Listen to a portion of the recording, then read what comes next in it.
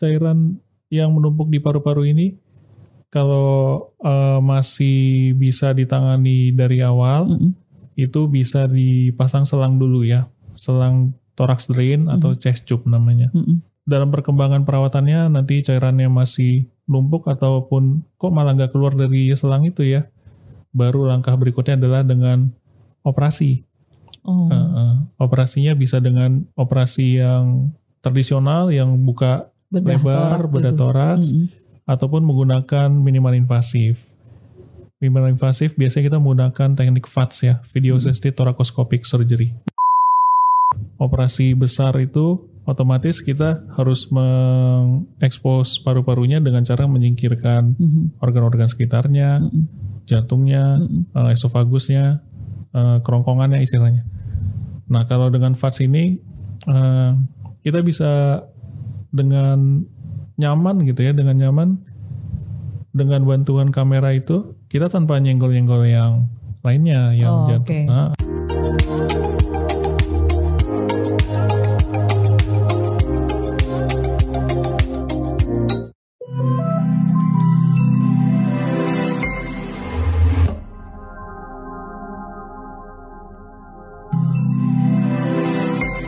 Halo, selamat pagi. Senang banget ketemu lagi di Ngopi Asik bersama dengan Rumah Sakit Premier. Ngopi Asik berarti ngobrol pagi. Pagi-pagi itu harusnya memang lifestyle yang dikencengin, misalnya olahraga. Karena apa? Karena katanya bagus untuk kesehatan jantung. Juga paru-paru, pernafasan jadi lebih lancar. Nah sekarang harusnya udah gak perlu lagi khawatir dengan urusan paru-paru. Apapun itu, misalnya sakit di daerah paru-paru, karena semakin tinggi dan semakin kerennya teknologi, ini akan memudahkan kita. Bukan berarti terus kemudian pengen sakit paru-paru ya, enggak. Tetapi ini adalah salah satu jalan untuk membuat hidup kita menjadi lebih mudah dan sehat. Hari ini kita ngomongin paru-paru, seputar paru-paru. Sekali lagi kita akan bertemu dengan Dr. Aditya Ginting, spesialis bedah torak, kardiak, dan vaskular. Selamat pagi nyapanya karena harus semangat pagi. Selamat pagi. Oke. Dok, kita ngomongin paru-paru nih ya. Ya. Kalau boleh Dokter Aditya menyimpulkan dalam 3 kata, sebenarnya organ yang paling vital kalau misalnya penyakit akut, yang pertama pasti jantung. Kedua, apakah paru-paru, ginjal atau apa dan segala macam. Kalau versi dokter nih, karena nggak paham kan, kalau jantung mesti harus disayangin jantungnya. Apakah paru-paru termasuk diantaranya yang harus segera ditangani? Termasuk organ pernapasan kan dia. Nafasnya berhenti selesai. Jantung juga gitu kan. Oke. Sirkulasi. Jadi sebenarnya yang lebih fatal jantung, paru-paru, kemudian apa lagi dok? Satu lagi. Yang termasuk vital ya otak ya. Oke. Jadi jantung, paru-paru, dan otak yang harus benar disayang-sayang ya. Ini bagian keduanya setelah kita tahu jantung perlu banget itu bersama dengan sahabatnya paru-paru. Betul. Dok, sekarang ini penyakit macam-macam. Entah karena gaya hidupnya, entah karena memang genetik secara nggak sengaja terpapar. Karena sekarang tuh kayaknya ada beberapa gejala-gejala yang saya nggak paham sekarang. Kalau dulu-dulu mungkin kan bisa dilihat gampang ya dok. Nah kalau paru-paru dalam perkembangannya, adakah penyakit-penyakit yang dalam tanda petik sekarang tinggi, naik? Selain misalnya paru-paru yang saya tahu tuh sih sederhana, paru-paru basah. Kalau yang dokter Adit tangani seperti apa? Oke. Ya paru-paru ini organ vital yang memegang sistem organ pernapasan ya. Dan kalau yang relate dengan sekarang ini yang bersifat pandemi berhubungan dengan COVID-19 banyak sekali ya yang berhubungan dengan sistem pernapasan ini. Dan untungnya kebetulan di bidang saya, di bidang paru-paru ini yang paling banyak memang di era COVID ini ada penumpukan cairan di rongga paru, rongga pleura. Karena COVID? Itu salah satu indikasi. Efek. Iya, efek dari COVID yang berkepanjangan sehingga paru-parunya mengsekresikan banyak cairan ke dalam rongga pleura. Itu karena kenapa dok? Karena nggak bisa dikeluarkan atau karena memang ya kayak kita lagi flu kan tiba-tiba ada cairan gitu, atau karena kenapa? Iya, jadi memang virus ini jahat ya, dia merangsang ya. Jadi bukan virusnya sendiri yang mengeluarkan cairan, tapi dia merangsang jaringan-jaringan paru yang normalnya mungkin cuma 100 sampai 300 cc, paru mengeluarkan cairan di dalam rongga pleura, tapi dia merangsang paru-paru ini ditambah lagi dengan reaksi tubuh kita terhadap infeksi, jadi menambah kerja paru-paru sehingga paru-paru ini menumpukan cairan, dia mengeluarkan banyak cairan sehingga tertumpuk di rongga pleura. Dan ini kalau nggak keluar akibatnya apa? Dan kalau memang nggak keluar, yang pertama pasti pasien orang-orang ini merasa sesak ya. Oh, sesak nafas. Iya, sesak nafas. Kalau sesak nafas berarti agak susah nafas. Ini ada hubungannya dengan yang zaman dulu ventilator gitu nggak sih dok? Nggak? Iya, ada. Oh, betul. Oke. Kalau sesak nafas ya mungkin dicari penyebabnya dulu. Kalau misalkan karena rongga pleuranya tertumpuk cairannya dikeluarkan. Tapi setelah cairan dikeluarkan masih sesak juga, ya satu-satunya dengan bantuan alat napas ventilator. Oke, jadi ada hubungan ke situ. Nah, dok, kalau paru-paru cairan yang dikeluarkan ini pakai sistem yang terbaru pastinya dari Rumah Sakit Premier, pakai apa ya dok? Oke, cairan yang menumpuk di paru-paru ini kalau masih bisa ditangani dari awal, itu bisa dipasang selang dulu ya, selang thorax drain atau chest tube namanya. Kemudian kalau dalam perkembangan perawatannya nanti cairannya masih numpuk ataupun kok malah nggak keluar dari selang itu ya, baru langkah berikutnya adalah dengan operasi. Operasinya bisa dengan operasi yang tradisional yang buka lebar bedah toraks, ataupun menggunakan minimal invasif. Minimal invasif biasanya kita menggunakan teknik VATS ya, Video Assisted Thoracoscopic Surgery. Itu yang sekarang lagi banyak karena nggak terlalu sakit juga daripada yang terdahulu ya dok ya. Betul. Oke. Nah, paru-paru cairan. Kemudian apa lagi dok kalau urusannya sama paru-paru, jurusannya paru-paru. Paru-paru ini sebenarnya pada saat dia memberi sinyal sakit itu gara-gara apa sih? Apakah lifestyle hidup, merokok yang sering banget kan? Karena itu juga pasti ada iklan layanan masyarakat yang memberitahu jangan ngerokok nanti banyak ini. Terus hubungannya selalu pasti dihubungin sama paru-paru. Apakah itu betul dok? Oke, iya. Lifestyle sangat berpengaruh. Yang pertama ya pasti merokok ya. Kita sudah banyak tahu lah itu sudah produsen rokok pun sudah bilang di itunya kalau ya ada iklan layanannya. Dan yang kedua itu memang infeksi dari dalam sendiri, infeksi bakteri maupun virus. Dan selain itu juga bisa karena trauma itu maksudnya meruda paksa ya. Mungkin karena dibacok kan sekarang lagi zaman tuh yang dibacok atau tabrakan atau terbentur benda dan nggak tahu bagian dalam. Dan bagian dalam betul. Nah dok, paru-paru kalau misalnya terkena bagian dalam kayak tadi dokter bilang, penanganannya apakah sama dengan melakukan sekali lagi surgery itu atau gimana cara nolongin untuk pasien-pasien yang dokter sebutkan tadi? Oke. Iya, jadi yang perdarahan dalam ini pertama-tama kita pasti melakukan evaluasi melalui pemasangan selang atau thorax drains ya. Kemudian kalau darahnya masih produksi terus, darahnya masih keluar dari selang, kita cari tahu tuh sumber perdarahannya dari mana. Nah, cara mencari tahunya kalau zaman sekarang ya kita bisa menggunakan teknik VATS itu dibanding buka selebar kira-kira 10 cm kan sayang nanti lukanya lebar, komplikasi ke depannya juga makin banyak.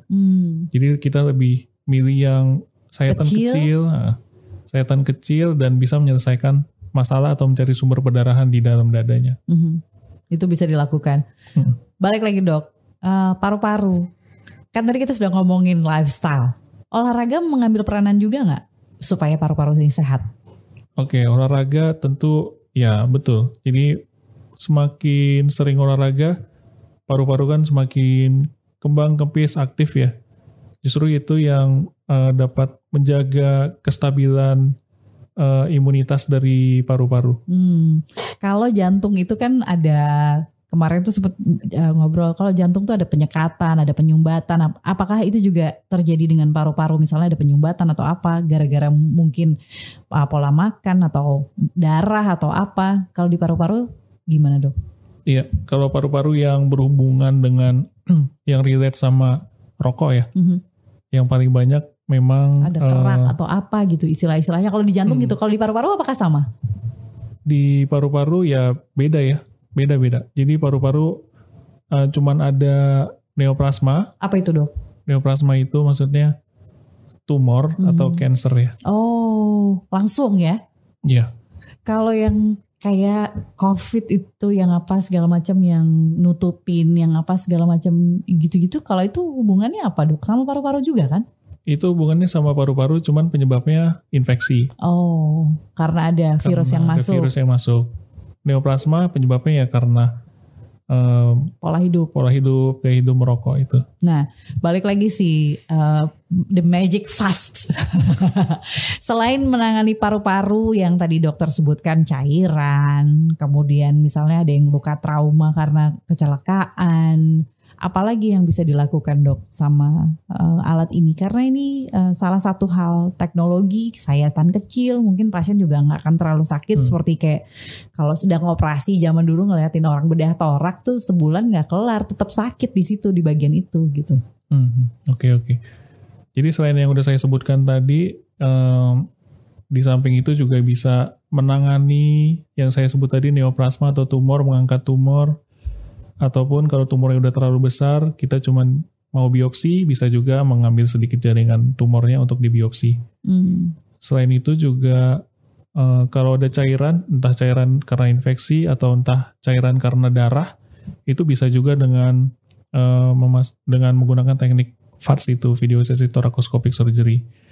Kemudian bisa juga kita lakukan untuk operasi timus. Apa tuh dok? Timus itu ada jaringan lemak di dalam dada sini yang waktu bayi itu masih berkembang dia. Fungsinya untuk menjaga sistem imun tubuhnya bayi. Jadi semakin tambahnya umur, timus itu akan semakin kecil, hilang. Dan kalau misalkan ada abnormalitas atau ada faktor hormonal atau faktor neoplasma juga, timus itu nggak mau menghilang dari situ.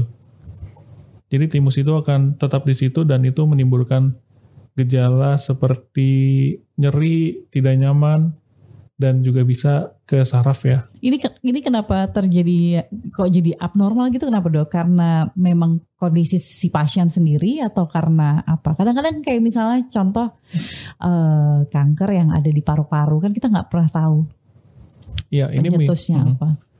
Ini mirip-mirip ya dengan kanker atau tumor ya. Ya memang ada jaringan, kalau tumor itu kan jaringan normal yang berdegradasi atau merubah selnya menjadi sel-sel asing dari tubuh. Kalau timus ini ya memang dia sudah ada di situ, yang seharusnya dia hilang atau mengecil gitu, tapi dia nggak mau. Nah ini faktornya banyak ya. Satu, faktor genetika. Oke. Turunan ya dok ya? Turunan ya. Faktor genetika. Kemudian ada juga faktor autoimun. Memang sel-selnya aja yang istilahnya bandel ya. Iya. Yang dia bandel, dia nggak mau menghilang atau mengecil, jadi tetap di situ saja. Itu yang terjadi kalau si timus. Nah, selain itu apalagi dok? Saya mau tanya yang dokter Adit sering tangani di Rumah Sakit Premier dengan menggunakan alat-alat ini tuh pasien yang mungkin dari yang tingkat resiko sedang sampai dengan tingkat resiko berat. Nah dokter bisa cerita, mungkin ada dari sahabat Ngopi Asik yang punya pengalaman kurang lebih sama, ini juga bisa jadi solusi. Oke. Jadi yang ditangani di Rumah Sakit Premier ini bervariasi. Jadi mulai dari yang saya bilang tadi trauma karena kecelakaan, kemudian infeksi, yang infeksi itu menyebabkan cairan menumpuk di dalam rongga pleura, sampai dengan tumor untuk biopsi dan yang saya bilang tadi timus ya. Nama operasinya timektomi, mengambil jaringan timus itu menggunakan VATS. Kan kalau biasanya dibuka di tengah sini kan terlalu heboh ya. Iya, heboh dan itu sakit banget pasti. Sakit banget pasti. Jadi bisa menggunakan teknik VATS itu. Dan selain itu ya juga hiperhidrosis yang sering kita lakukan di Premier, hiperhidrosis yang keringat berlebih. Itu bisa juga dengan menggunakan VATS. Kemudian ada juga yang namanya hernianya hernia diafragma. Diafragma itu yang membatasi antara rongga dada atas sama rongga perut. Kan hernia tuh biasanya yang turun itu kan, Dok ya? Iya, betul. Itu dipakai VATS juga? Bisa? Pakai VATS juga ya. Jadi, untuk dewasa? Untuk dewasa. Oke. Kemudian apa lagi, Dok? Hernia, terus paru-paru, untuk yang timus bisa juga, untuk cancer ya. Untuk diagnostik pun bisa juga. Apakah ada gangguan sesuatu di toraksnya, itu kita bisa melakukan torakoskopik saja ya, cuman diteropong aja. Oh, untuk mengetahui kondisi pasiennya. Oke. Nah, sekarang apakah ada kontraindikasi dari alat ini? Nah, ini menariknya ya. Jadi VATS ini bisa mengeliminasi beberapa komplikasi yang biasa timbul di operasi besar biasa ya.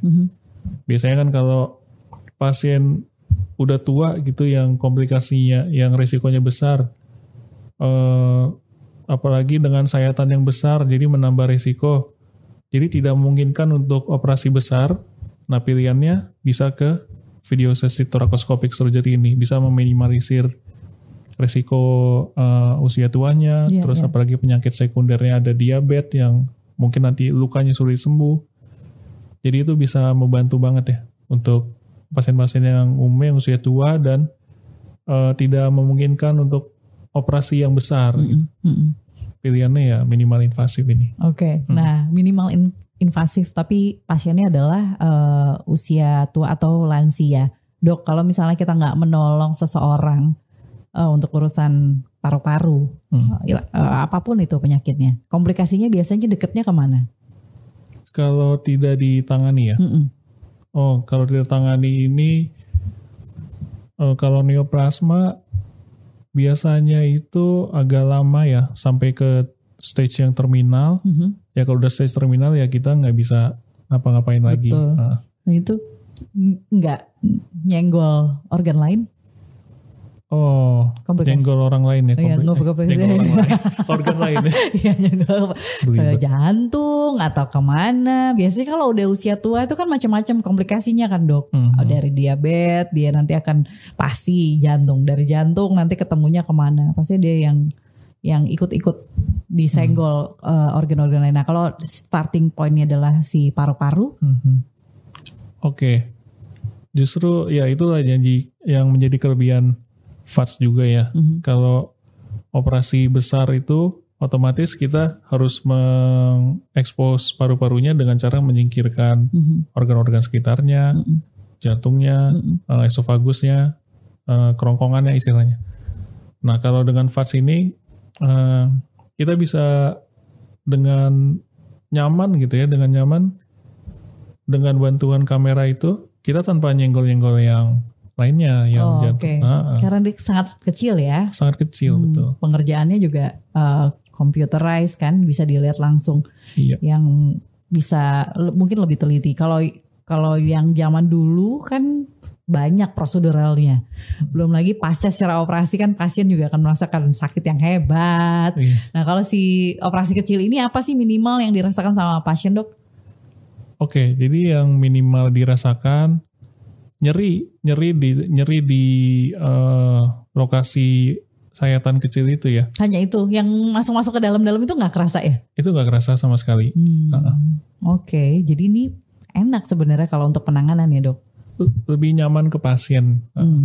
Dari kitanya juga yang ngerjainnya walaupun 2 jam kalau dokter Adit bilang kan, tapi kan lebih cepat selesai juga. Apakah pernah ada kasus misalnya setelah di surgery di bagian ini ternyata masih ada komplikasi lagi yang lain yang ngikut? Pernah ada? Oke, komplikasi yang ngikut dari VATS ini biasanya dari tindakan prosedurnya nggak ada. Karena itu sayatan kecil jadi infeksinya minimal, kemudian nyerinya pun minimal. Nah biasanya ini komplikasi yang timbul dari tindakan anestesi. Ya, bius dan teman-temannya. Bius ya betul, bius. Kan kalau ini kan bius umum, jadi masuk selang ke rongga saluran napasnya. Ya biasanya komplikasi dari situ. Awal mulanya mungkin infeksi dari selang itu, tapi jarang sekali sih, kecuali pasiennya yang memang sudah tua, sudah diabetes, dan sudah ada awal infeksi pneumonia di paru sebelum operasi. Apakah sama pada saat misalnya mau melakukan si VATS ini di Rumah Sakit Premier, apa yang harus disiapkan? Sama nggak kayak biasanya dok, puasa, yang kayak gitu-gitu, atau misalnya 1 jam aja udah cukup kok, udah bisa langsung tindakan, atau yang seperti apa? Oke. Jadi yang pertama-tama kalau mau melakukan prosedur VATS ini, awalnya ya pasti menegakkan diagnosa, yaitu tugas kita lah, tugas dokter. Jadi yang pasien perlu persiapkan, yang pertama itu biasanya kita akan meminta pemeriksaan laboratorium. Darah lengkap. Darah lengkap. Darah lengkap. Kemudian kalau dia memang sudah usianya tua, kita minta profil lipidnya, profil lemaknya. Kemudian ginjalnya, profil ginjalnya juga. Dan yang terpenting ya pencitraan. Pencitraan itu maksudnya imaging dari paru-parunya, dari rongga dadanya. Itu kayaknya yang bentuknya yang foto-foto itu bukan sih dok? Bukan? Iya betul, foto ronsen. Bisa juga CT scan. Kemudian setelah jelas pencitraan atau imagingnya, diputuskan untuk tindakan VATS, nanti akan rawat inap pasti ya, rawat inap dan puasa biasanya ya, puasa 12 jam sebelum operasi. Hampir sama ya dok ya? Hampir sama persiapannya. Setelah itu istirahat dulu, kalau misalnya memang pasiennya sudah boleh pulang. Biasanya berapa hari sih dok? 1 hari, 2 hari, semalam, besok udah boleh pulang atau?